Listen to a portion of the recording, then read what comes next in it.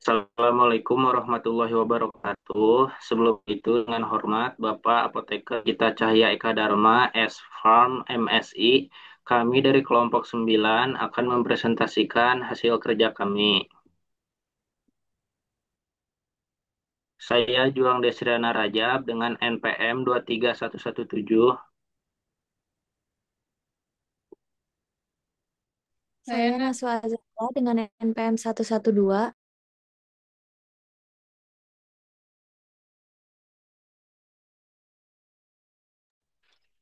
Syifa Sayyidah Aziza dengan NPM 116.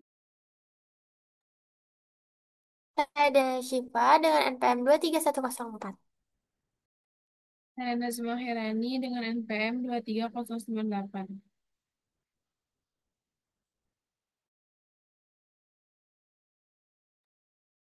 Yang pertama, saya akan menjelaskan tentang hierarki Kementerian Pertanian. Di sini ada bagan alit yang berkenaan dengan bidang veteriner. Yang pertama ada dari Menteri Pertanian, eh, Wakil Menteri Pertanian, Sekretariat Jenderal, Direktorat Jenderal Peternakan dan Kesehatan Hewan, Subdirektorat Obat Hewan dan Psikoveteriner, dan unit pelaksana teknis yang terdiri dari Pusat Veteriner Farma, Balai Besar Veteriner, dan Balai Pengujian Mutu dan Sertifikasi Obat Hewan. Eh, Menteri Pertanian ini sebagai pemegang kebijakan tertinggi di bidang pertanian, termasuk peternakan dan kesehatan hewan. Eh, Tugasnya menetapkan kebijakan nasional, peraturan, dan pengawasan terhadap produksi, distribusi, serta penggunaan obat dan sediaan veteriner di Indonesia. Kemudian ada Wakil Menteri Pertanian yang membantu Menteri dalam koordinasi dan sinkronasi antar Direktorat Jenderal dan memastikan kebijakan bidang peternakan dan kesehatan hewan yang dijalankan secara efektif di Indonesia.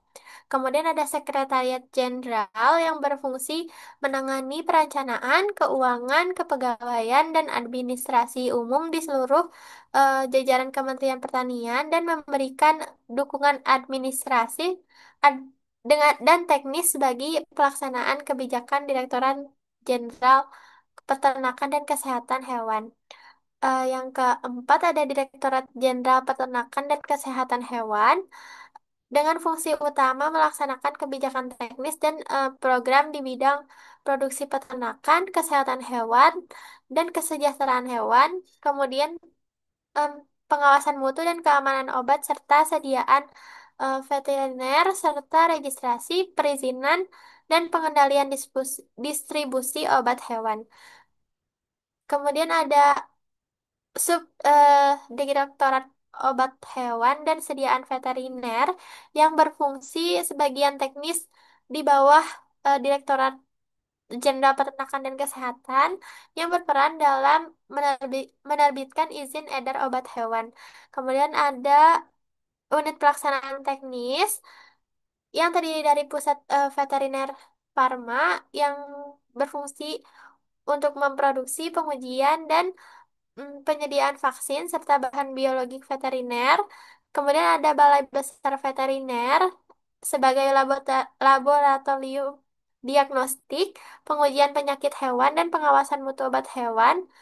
Dan ada Balai Pengujian Mutu dan Sertifikasi Obat Hewan yang berfungsi sebagai melakukan uji mutu, keamanan, khasiat, dan sertifikasi obat dan sediaan veteriner sebelum dipasarkan.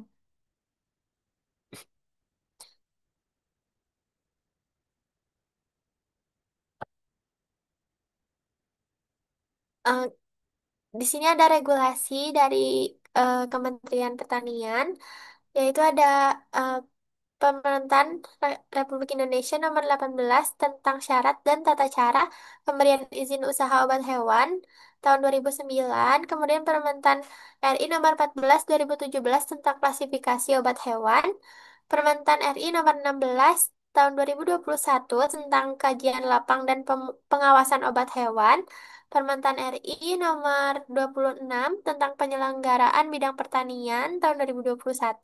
Kemudian ada Permentan RI nomor 19 tahun 2022 tentang organisasi dan tata kerja Kementerian Pertanian. Dan yang terakhir ada Peraturan Pemerintah RI nomor 34 tentang perubahan atas Peraturan Pemerintah nomor 3 tahun 2020 tahun 2017 tentang otoritas veteriner.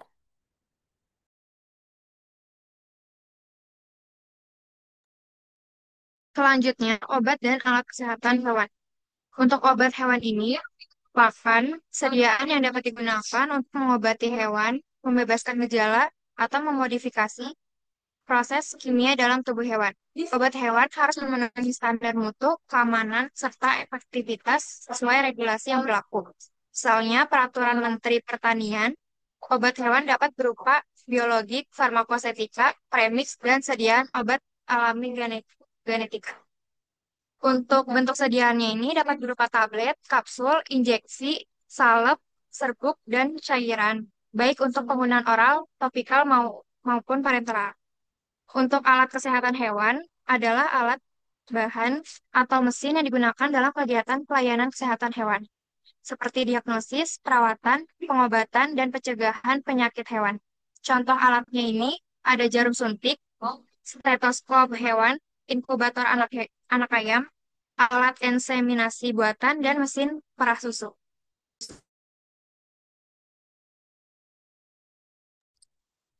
Selanjutnya ada daftar obat extra label. Obat extra label ini sendiri itu obat manusia yang digunakan untuk medik veteriner karena tidak ada obat hewan yang disetujui untuk indikasi tersebut. Pedoman penggunaannya ada dua. Itu yang pertama untuk hewan konsumsi sama yang non konsumsi.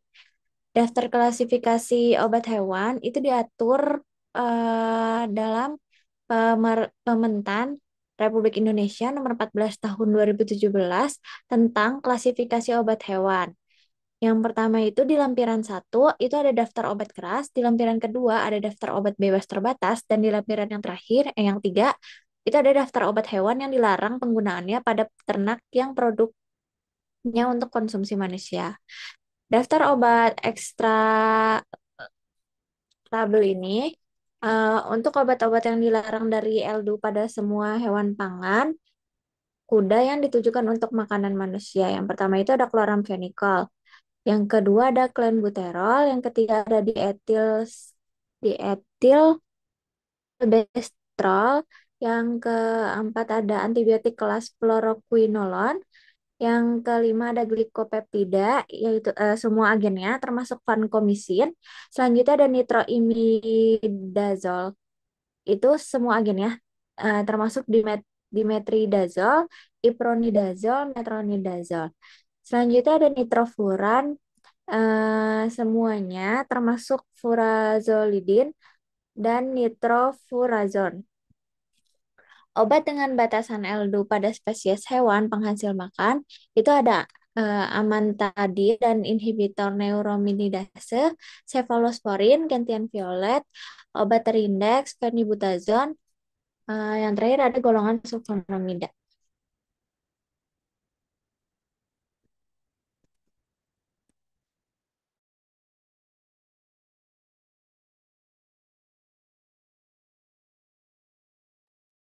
Oke, selanjutnya ada peranan seorang farmasi di bidang farmasi veteriner. Jadi, farmasi ini memiliki peran krusial dalam menyediakan, meracik, dan memastikan ketersediaan obat-obatan yang sesuai untuk hewan, seperti pengadaan dan distribusi obat. Farmasis ini bertanggung jawab untuk memastikan ketersediaan obat-obatan veteriner yang aman dan berkualitas di apotek atau klinik hewan. Kemudian ada peracikan dan formulasi obat. Karena tidak semua obat yang tersedia dalam bentuk farmasi manusia dapat langsung digunakan pada hewan, jadi apoteker ini bisa membantu dalam menyesuaikan formulasi obat agar lebih sesuai dengan kebutuhan hewan tertentu, baik dalam bentuk dosis maupun cara pemberian. Next. Kemudian ada edukasi dan konsultasi. Apoteker juga membantu memberikan informasi kepada dokter hewan, peternak, dan pemilik hewan tentang penggunaan obat yang benar, interaksi obat, serta efek samping yang mungkin timbul. Juga ada pengawasan dan keamanan obat. Apoteker turut berperan dalam memastikan obat-obatan yang digunakan dalam dunia veteriner memenuhi standar keamanan, efektivitas, dan regulasi yang berlaku.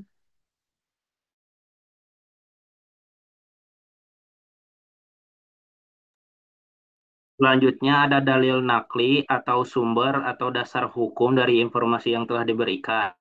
Pertama ada Permentan RI nomor 18 tahun 2009 tentang syarat dan tata cara pemberian izin usaha obat hewan. Selanjutnya ada Permentan RI nomor 14 tentang klasifikasi obat hewan tahun 2017. Permentan RI nomor 16 tentang kajian lapang dan pengawasan obat hewan tahun 2021.